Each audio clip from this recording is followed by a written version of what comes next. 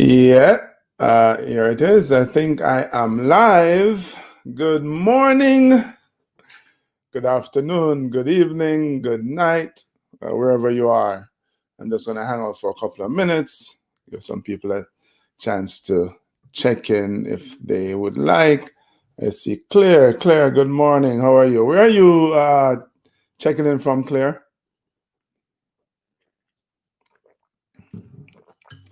Of course, I'm hanging out with Claire and all my other IG friends over here to my left and over here to my right. I'm hanging out with all my peeps from LinkedIn and Facebook and YouTube as well.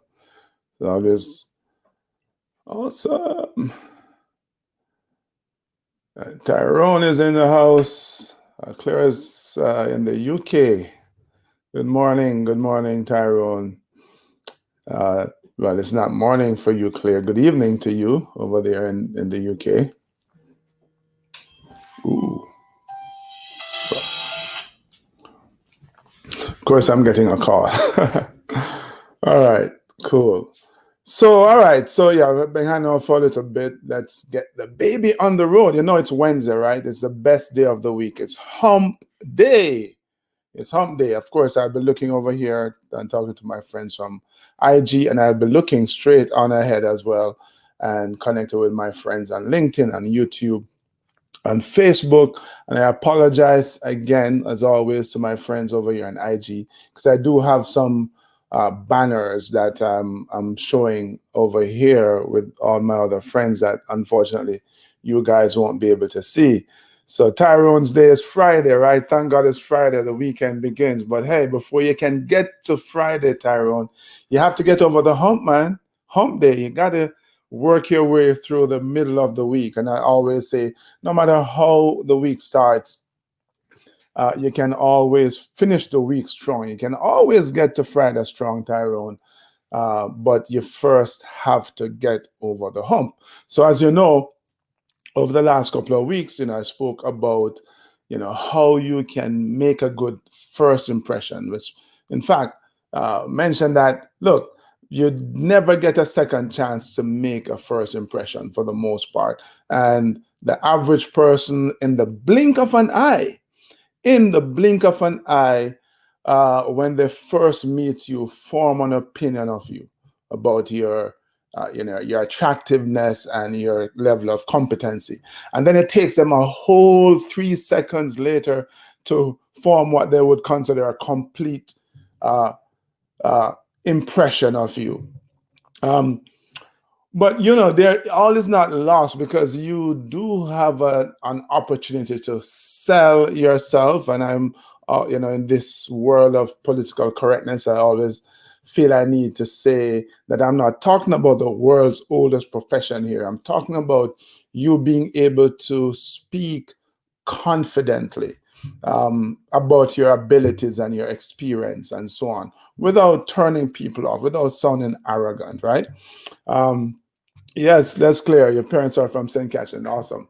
Um, so I want to kind of follow along the lines of that conversation that we've been having over the last couple of weeks. And I want to talk about, how you elevate your game to the next level. Because, hey, I'm always talking about the fact that you have to keep on pushing, right?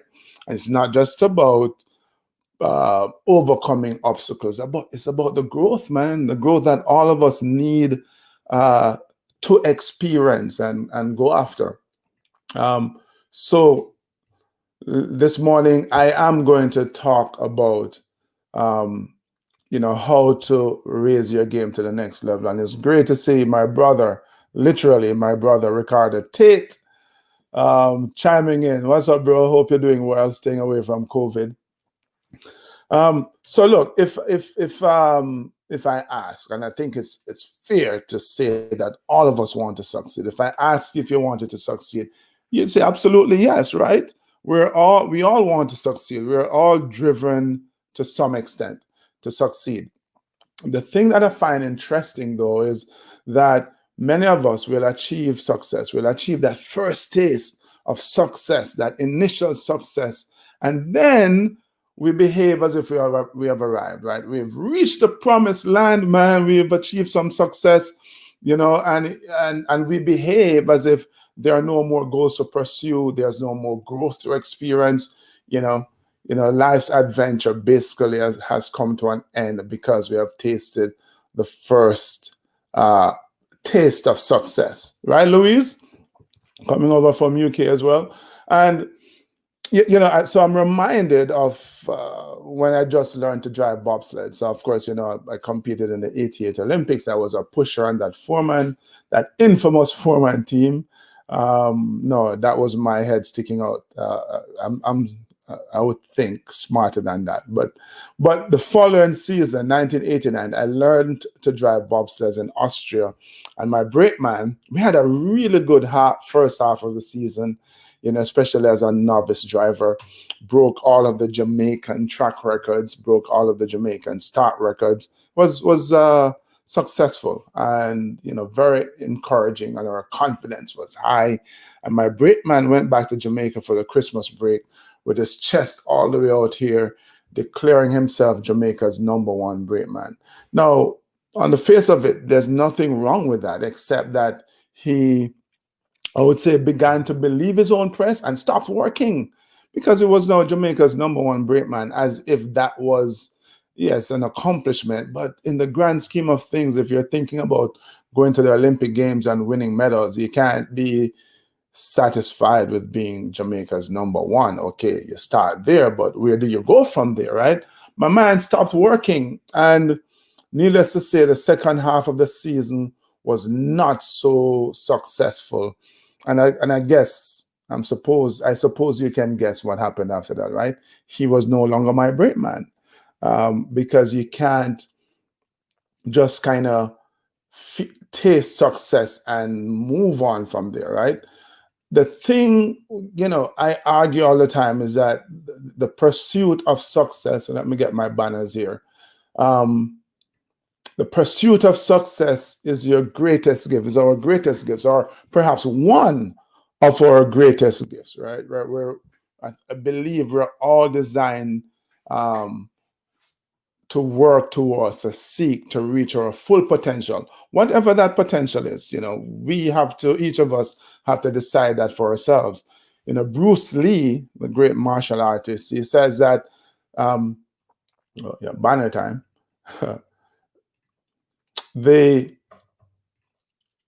where are we? Yeah.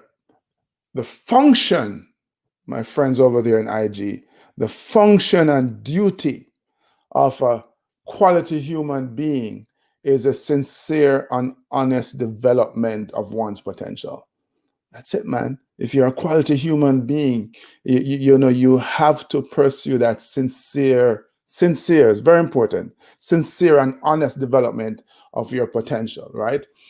I believe that pursuit of our full potential helps us to develop our character. It helps us to create a truly extraordinary life. It helps us to discover that the journey of life is actually a fulfilling adventure. And that's wonderful. I think, if you remain curious about what it is that you can possibly accomplish, if you keep trying, man, you're going to find some wonderful surprises. That's what adventures are, right? You just never know what's around the corner. I think the challenge for most people is that they see success as an event, right? You know how they say that success is, let me get my banner here, a journey. Success is a journey. It's not a destination. And I think too many of us see success as a destination.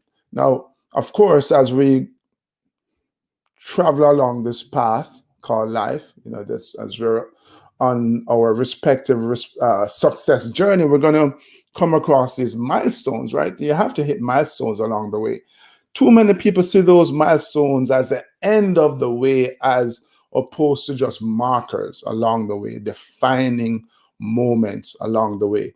And if you just think about your own life and the different milestones you have hit, the different stages, like you were elementary school or primary school for my British friends, right? And then you went off to high school, and some of us went off to college, university.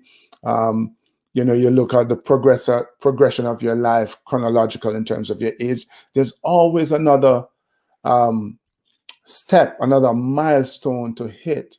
And in terms of the success journey of life, there always are other milestones to hit, right? You always need another goal because our minds need that. Our minds are what they call teleological. They are goal-seeking machines. We need a compelling vision because that's going to drive you and give you purpose. So, question then is, how do you get to the next level? How do you break through to achieve a higher level of accomplishment, a higher level of leadership, a higher level? Or how do you become a significant contributor as opposed to an also ran, in your company or in your businesses, even in your family and your personal life?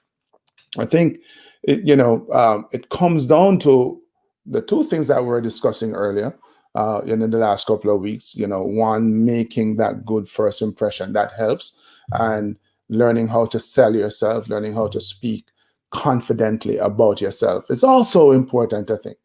But I want to take the conversation to 5 ideas I want to share with you that I think can help you to grow or elevate your game to the next level. Right? Help you to keep on pushing, baby. That's what we're about.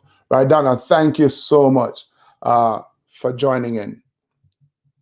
Whoa, so she cannot hear me. Why is that?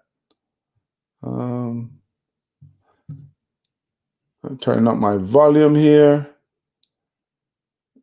Volume works on my phone. Okay, all right. So she's hearing me on her phone. I'm not sure what's going on there. Hey, it's live TV, baby. All kinds of things happen, right? But I'm glad you're able to hear me now. So, as I was saying, five ideas I want to share with you on how you can keep on pushing and again and elevate your game to the next level. And again, my friends over here on IG, forgive me, but you'll obviously hear, but you won't be able to see the banners that I'm showing. So number one, the first idea is that you have to embrace the pain. Yeah, sorry, life is a painful thing in many ways, right? But as I say, no pain, no gain. I promise I won't sing for you because I just totally ruin your morning. But the song, no pain, no gain, right? It's a difficult truth. It's a difficult truth, but it's a truth that we can't ignore, right? When they talk about fear, there's really no fearless person. Every person has fear, but you act despite the fear. That's what they call courage, right? So there's fear, but in order to accomplish the goal, you have to be courageous. You have to act with courage. You could make the argument that there's no real darkness, just an absence of light. And the minute you stick a ray of light in that void, then the darkness goes, right? No one is born with big muscles, big, strong muscles, right? You kind of have to go into the gym. Have to lift some things up and put them down to build strong muscles. And if you've ever engaged in weightlifting, there's some pain that is involved, right? So what I'm trying to say, my friends, is that the way in which the world is constructed right now, let me jump back to my banners here, is that the opportunity lies behind the challenge. Yeah. If you want to achieve the goal and you are fearful, you kind of have to demonstrate the courage in order to get there, right? If you want big, strong muscles, yeah, you kind of have to get into the gym. Opportunity lies behind the challenge, and the pain, therefore, always comes before the gain. And there's just no way to protect ourselves from the challenges of life. You know what? You know, we really need to understand that even if we could protect ourselves from the challenges of life, you wouldn't really benefit, right? There wouldn't be any sense of accomplishment because you didn't do anything to accomplish anything. You just kind of appeared.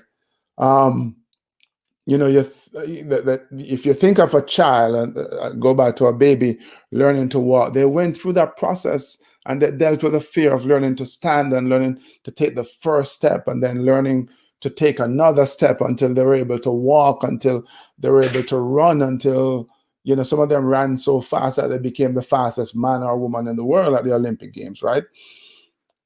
They never stopped. We never stopped. That's just kind of the natural order of life. The challenge with success as we work to achieve it is that sometimes our identity become so intertwined, you know, in and around the things that we have accomplished. And we, so as I said earlier, achieve that first taste of success. And what do? We stop because we have arrived, right? It's in my book. I talk about three different kinds of people, and so most of us become joggers. And maybe next week I'll talk about those three different kinds of people: the the non-starters, the pushers, and the joggers. The joggers, many of us become because we don't want to continue to pay the price for continued success. So yeah, if you want to elevate your game, you can't be joggers. You have to be pushers, baby, pushers. So number two, then, um, you have to be patiently impatient. Yeah, I said that right. You have to be patiently impatient. And that's what many people will call an oxymoron. I'm guessing some of you might be going, man, he must be a moron. How can you be patiently impatient? Well, look, you have to learn to master patience. There's no doubt. Let me get my balance up here. You have to learn to master patience in order to master success. There's absolutely no doubt about that, right? We have to hold onto the attitude that you know, you don't really lose, you don't really fail. You're learning, right? You know, if you work hard enough, you know, you're doing the things. It's going to take you a while to hit the goals, but you will, right? When you're patient, you give your efforts a chance to accumulate. You give success a chance to breathe and mature and grow and eventually manifest. You know, I often say that we live in a microwave society. We want success like right now because we hear all these amazing stories of these overnight success. No, it's not like that, really. They were actually being patiently impatient. I'm going to get to the impatient part in a minute, but they were going through the process. They were working consistently, giving themselves and their goals a chance to grow, to mature, to breathe, and eventually manifest. Patiently impatient, a term I've used forever to describe myself, that and to remind myself as well that I have to be patiently impatient. So we get the patient part, right? That's going to take you a while. You have to be, the impatient part comes from the idea that you have to have a sense of urgency. You have to, you can't just kind of go through the motions, right? You have to work with a tremendous amount of focus and desire and grit, like to go after it and not say, well, it's going to happen in 10 years. Maybe you could get it done in 8, right? You're still recognizing the fact that it's going to take you some time to achieve the goal, but you're working with a sense of urgency.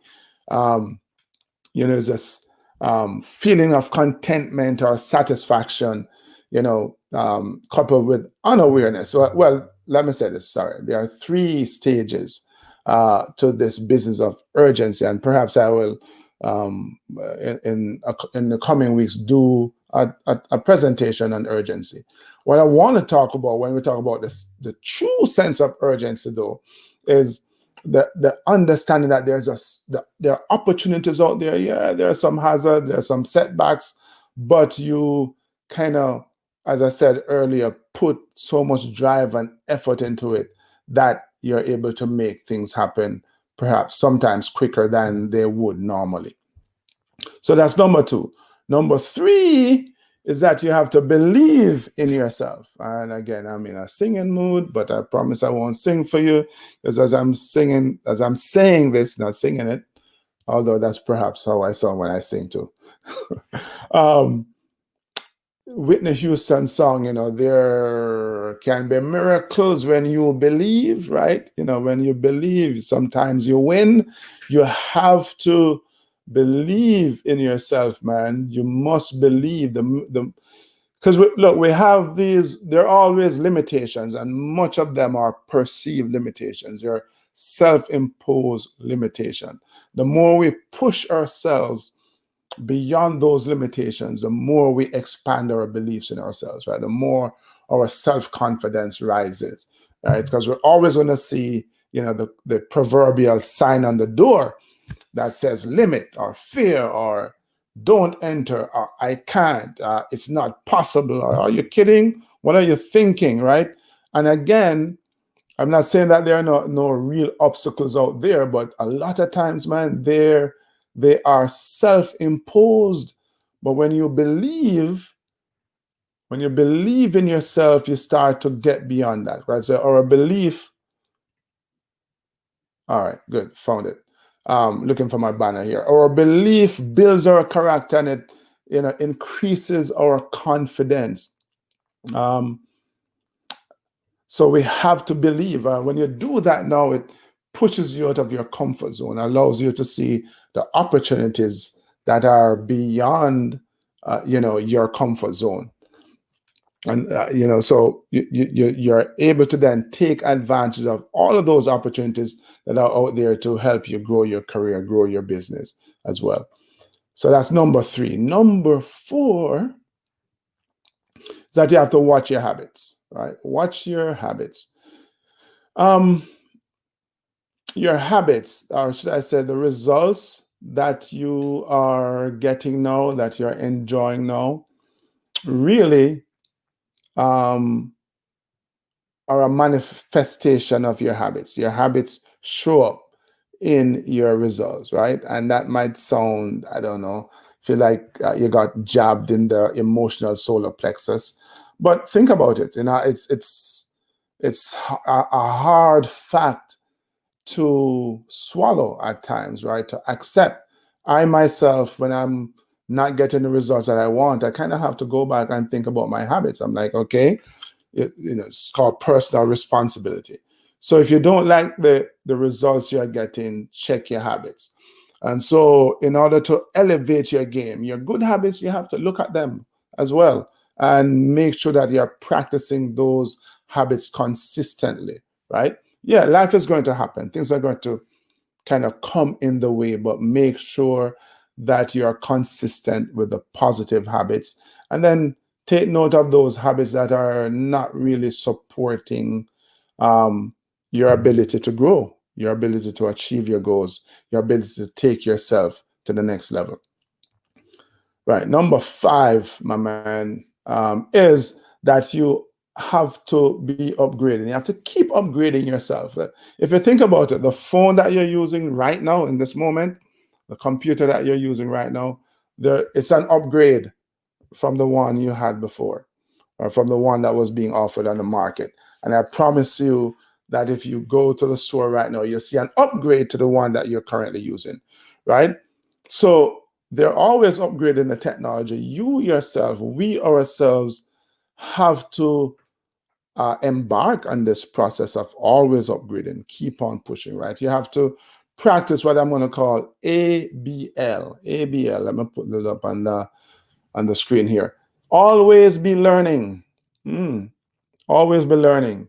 I often tell the story of when I was in high school, and I never wanted to see another book after high school because I was going to go join the army, man. What was I going to do? Run around and shoot guns all day. And then I get in the army, of course, and I run around and I'm shooting guns all day. But then they gave me a big stack of books to study as well. I'm like, my God, I got tricked. the lesson I learned is obviously we have to learn, we have to study anything and learn about any new thing that we're going into. Now, the fact of the matter, the fact that you got into this thing doesn't mean that you stop. That's how we started this conversation, right? You don't taste success and then end, and then it stops there. You have to keep on learning, because I forgot who said it, but the more you learn is the more you earn. The more you learn is the more you earn. So if you think about the fact that the world is constantly changing, the industry that you're in is always changing, how do you stay on top? How do you remain valuable to the marketplace? Because that's what it comes down to, right? You are being paid based on the value that you bring to the marketplace. Your business is earning based on the value your business bring to the marketplace, based on the value that you bring to the marketplace through your business. And so you become more valuable when you learn more, you become more skilled, then you can bring more value, make more, right? So yeah, so those are the thoughts basically that I wanted to share with you. You have to keep on pushing, and by that I mean you have to be willing to take your game to the next level, because everybody is changing around you. Everything is changing around you. And if you're not willing to keep growing, keep expanding, you're going to find yourself left behind, because the world is not going to wait on you. All right. So hopefully you find that valuable. Hopefully you find my thoughts useful. If you do, hey, please share it with your friends, and invite them to come join us next week. While I guess I want to talk about those three different people, the joggers, the pushers, the joggers, and the non-starters that I mentioned in my book. But until we connect next time, it's always great to connect with you every Wednesday. I know Tyrone is looking forward to Friday, but let's get over the hump first.